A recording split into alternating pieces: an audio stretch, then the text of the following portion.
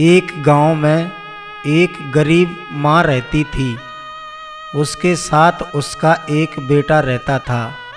माँ का नाम फूलवती और बेटे का नाम सोनू था। बेटा तू घर पर रहना, मैं काम करने जा रही हूँ, शाम को लौट कर आऊँगी। ठीक है माँ, तुम काम पर चली जाओ।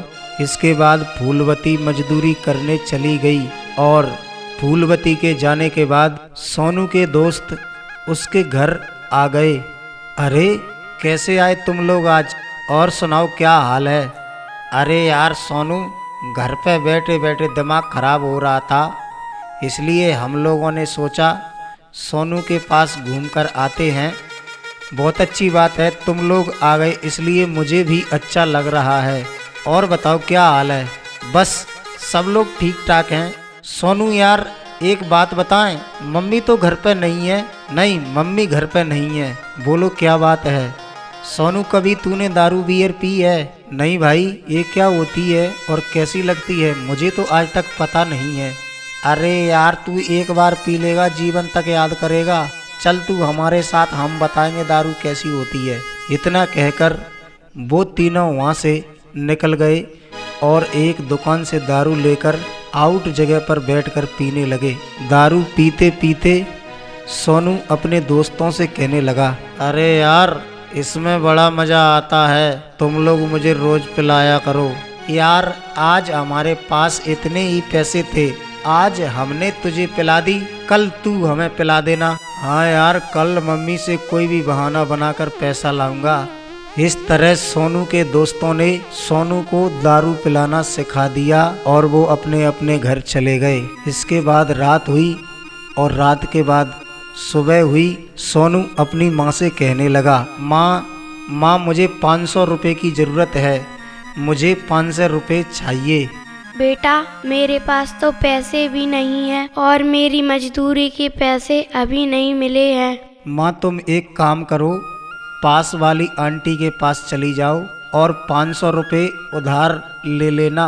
जब तुम्हारी मजदूरी के पैसा मिल जाएंगे तब आंटी के पैसा दे देना। ठीक है बेटा, मैं जा रही हूँ, किसी बात की चिंता मत कर।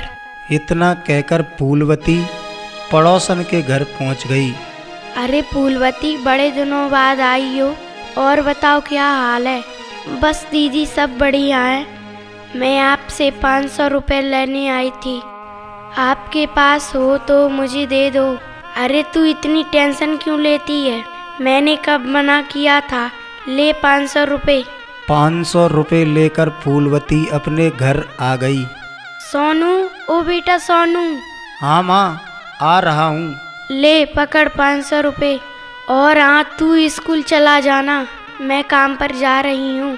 ठीक है माँ, आप जैसी माँ भगवान सबको दे। बेचारी फूलवती काम पर निकल गई और 500 रुपये लेकर सोनू अपने दोस्तों के पास पहुँच गया। अरे सोनू, हुई क्या व्यवस्था?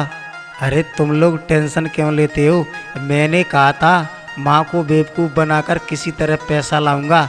इसके बाद वो तीनों 500 रुपये की दारू लेकर आ गए और सुनसान जगह पर बैठकर पीने लगे। यार अभी तो हम लोग पैसा नहीं कमा रहे, और जिस दिन माँ बाप ने कमाना बंद कर दिया तो क्या होगा? यार मैं तो पेट्रोल पंप बनवाऊंगा, उसमें अच्छी कमाई है। इसके बाद दूसरा दोस्त कहने लगा, और मैं तो चोरी करूंगा, उसमें करोड़ों पैसा चुरा सकता हूँ। इन दोनों के बाद सोनू कहने लगा, अरे यार मैं तो कुत्ता बेचने वाला काम करूंगा, वो इज्जत का काम है। इस तरह तीनों की बातचीत हुई और वो अपने अपने घर चले गए। इधर फूलवती को सोनू की शादी की चिंता सताने लगी। ये भगवान, ये लड़का तो शराब पीना सीख गया, अब हमारा क्या होगा? और इसकी शादी करने के लिए कोई तैयार नहीं होगा। माँ, आज तुम्हारा चेहरा उदास क्यों है? क्या बात है, मुझे बताओ। क्या बताऊं बेटा, तू तो शराब पीना सीख गया, तुझे घर की और मेरी कोई चिंता नहीं है। अरे माँ, तू इतना टेंशन क्यों लेती है, मैं हूँ ना, सब ठीक हो जाएगा। धीरे धीरे समय गुजरता गया और फूलवती ने सोनू की शादी कृष्णा नाम की लड़की से करवा दी। घर में बहुत सुंदर बहू आ गई और वो तीनों प्राणी हंसी खुशी की जिंदगी जीने लगे। फूलवती ने सोचा कृष्णा बहू मुझे काम में हाथ बटाएगी। धीरे धीरे सोनू और कृष्णा की शादी को 8 महीने हो गए। कृष्णा अपने मायके और ससुराल आने जाने लगी। शादी के 8 महीना गुजरने के बाद कृष्णा का दिमाग चेंज हो गया। अरे सुनते हो, थोड़ा इधर आना, आपसे कुछ काम है। हाँ कृष्णा, बोलो क्या काम है? आज तो बड़ी खुश लग रही हो। अरे मुझे मायके की याद आ रही है, मुझे घर जाना है। अरे कृष्णा, तुम 4 दिन रुक जाओ, अभी मेरे पास पैसे नहीं हैं। 4 दिन बाद पैसा मिल जाएगा, तुम अपने मायके चली जाना। मैं कुछ नहीं जानती, मुझे आज और इसी टाइम घर जाना है। अरे कृष्णा, तुम पागल हो क्या? 4 दिन रुक जाओ, उसके बाद चली जाना। इस तरह उन दोनों में झगड़ा होने लगा। इन दोनों का झगड़ा माँ एक खिड़की से छुपकर देख रही थी। हे भगवान, ये बहू कितनी जिद पकड़ रही है। अगर सोनू इसको मायके छोड़ने नहीं गया तो इनमें झगड़ा ज्यादा हो जाएगा। ठीक है कृष्णा, तुम जिद पकड़ रही हो तो मैं तुम्हें कल मायके छोड़ाऊंगा। अब ज्यादा मेरा दिमाग खराब मत करो। अगर तुम मुझे कल मायके नहीं ले गए तो मैं फांसी लगाकर मर जाऊंगी। सोच लो, फैसला तुम्हारे हाथ है। कुछ देर बाद रात हो गई और रात के 9 बज रहे थे। कृष्णा की नींद लग रही थी। सोनू वहाँ से उठकर अपनी माँ के पास पहुँचा। माँ, अभी तुम जाग रही हो और रात के 9 बजे हैं। बेटा, तुम दोनों नहीं सोते तब तक मुझे नींद नहीं आती। तू बता, तू क्यों जाग रहा है? माँ, कृष्णा मायके जाने की जिद कर रही है और मेरे पास पैसा नहीं है। अगर मैं कल उसको मायके नहीं ले गया तो वो फांसी लगाकर मर जाएगी। बेटा, मुझे सब पता है, तू जाकर सो जा, कल मैं तेरी व्यवस्था कर दूंगी। माँ की बात सुनकर सोनू वहाँ से चला गया। अगर मैंने पैसे की व्यवस्था नहीं की तो कृष्णा मर जाएगी और मेरे बेटे का जीवन नर्क बन जाएगा। दूसरे दिन फूलवती गांव के मुखिया के पास गई। अरे फूलवती, कैसे आना हुआ? क्या बात है? तुम्हारे चेहरे पर मुझे उदासी नजर आ रही है। अरे भाई साहब, मेरी बहू मायके जाने की जिद कर रही है, इसलिए मुझे 1000 रुपए की जरूरत है। बहुत जल्दी आपको लौटा दूंगी। ठीक है, लेकिन मेरी एक शर्त है। हाँ भाई साहब, बोलो क्या शर्त है? शर्त ये है, 10 दिन तुमको जंगल से लकड़ी लाकर मेरे घर डालनी पड़ेंगी। हाँ भाई साहब, मुझे मंजूर है। इस तरह 1000 रुपये लेकर फूलवती अपने घर आ गई। बेचारी फूलवती बहुत दुखी थी।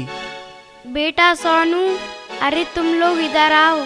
हाँ माँ, बोलो क्या बात है? अरे ये लो 1000 रुपए, तुम कृष्णा को उसके मायके ले जाओ, वो उसके घर घूम आएगी, उसका मनोरंजन हो जाएगा। इसके बाद सोनू अपनी पत्नी कृष्णा को लेकर उसके मायके चला गया।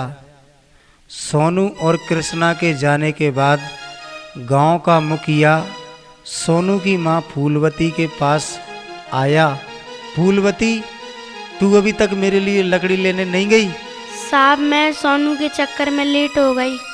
मैं कुछ नहीं जानता। अगर तुमने मेरा काम नहीं किया तो 1000 रुपये के चक्कर में 5000 रुपये देने पड़ेंगे। नहीं भाई साहब, ऐसा मत करो, मैं जाती हूँ। इसके बाद मुखिया वहाँ से चला गया और फूलवती गांव के मुखिया के लिए लकड़ी लेने जंगल में निकल गई।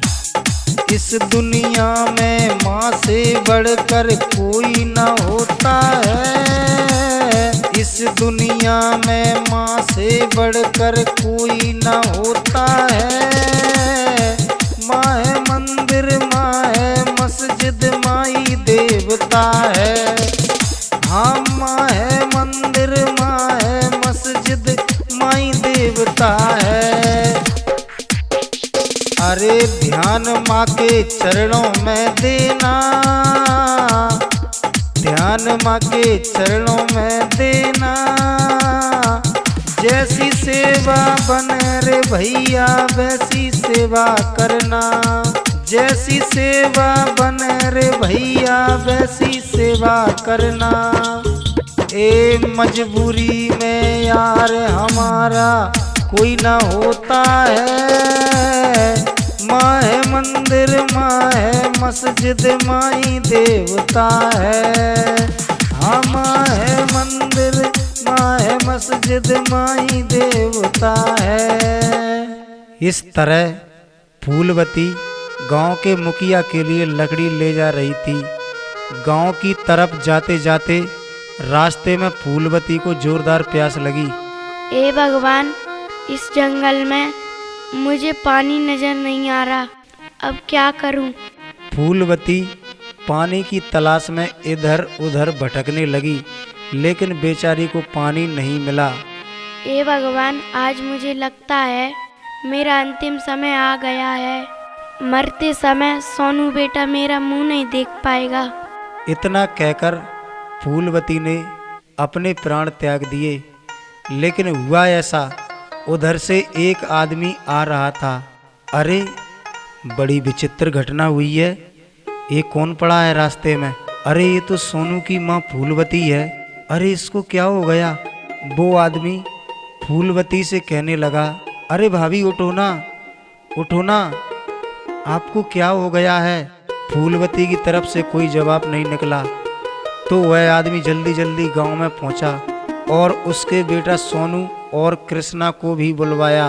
वो सभी लोग मिलजुल कर फूलवती को शमशान घाट ले गए और उसका अंतिम संस्कार कर दिया। अंतिम संस्कार करने के बाद सोनू अपनी पत्नी कृष्णा से कहने लगा, कृष्णा, अगर तू मायके जाने की जिद नहीं करती तो आज मेरी माँ हमको छोड़कर नहीं जाती। तेरे मायके जाने के चक्कर में माँ गांव के मुखिया से उधार पैसे लाई थी। इस चक्कर में मुखिया के लिए लकड़ी लेने गई थी, इसीलिए आज हमारे बीच नहीं रही। हाँ, ये बात तो ठीक है। माँ के बिना मुझे भी बुरा लग रहा है। अब कौन मुझे बहू कहकर बुलाएगा? कौन मुझे काम में सहारा देगा? इस तरह वो दोनों दुख भरी जिंदगी जीने लगे।